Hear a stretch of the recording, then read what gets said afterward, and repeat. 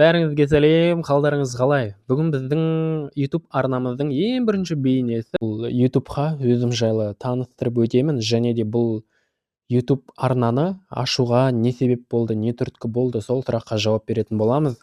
Жалпы менің есімім Бекжан, мен TikTok парақшасын жүргіземін. Көп адамдар сол жақта мені көбірек таниды, өйткені мен Instagram, YouTube әлеуметтік желісін жүргізбеймін.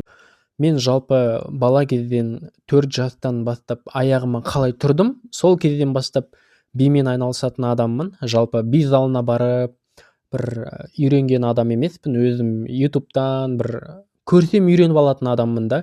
Андай бір қызығатын адаммын. Ойнау менікі емес деген адам емеспін. Сондықтан солай, және де мен өзім Талдықорған қаласында жоғары медициналық колледжін бітірдім. Медицинада оқу мен үшін бір өте үлкен бір білімдер алып келді, жаңа миды қозғады, денсаулықтың қадірін түсіну деген сияқты.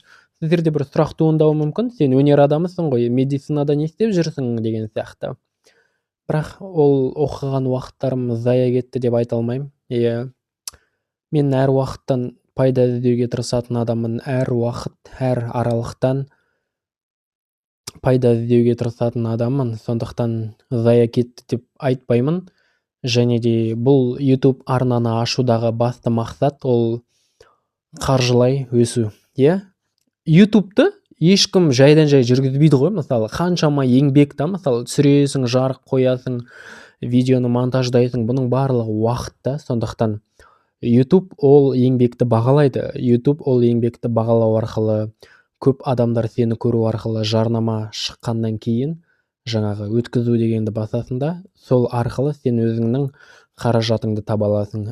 Енді бұл қаражат не үшін саған табу керек болып жатыр деген сұрақ туындаса, әрине енді ер адам деген ол отбасының асыраушысы болып саналады, және де мен өзім өнер адамы болғаннан кейін бұл нәрсе менің қолымнан келеді. Ал неге соны бастамасқа, неге соны жалғастырмасқа деген ойлар туындады да осы арнаны ашып отырмын.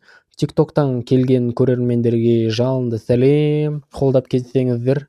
Жалпы бұл арнада жеке даму, психология, өмірден түйген қателік, тәжірибе, өмірлік инсайттар, қалай өнер туралы. Иә, мен өзімнің өмірде қай салаға кіріп, мен не көрдім, не түсіндім, соны сіздермен бөлісіп отырамын. Бұның барлығы үлкен адамсың ба, не ақыл айтатын, ондай емес.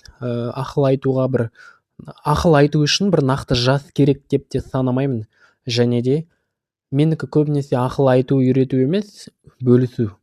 Өмірімде кездескен нәрсемен бөлісу, оларды сіздер тыңдау арқылы өмірлеріңізді қайталамау, сіздердің өмірлеріңізді жеңілдетеді деген ойдамын. Арнама тіркеліп кетіңіздер, қоңыраушаны басып кетіңіздер. Бұйырса келесі жаңа бейне шығатын болады. Бәріңізге рахмет, сау болыңыздар.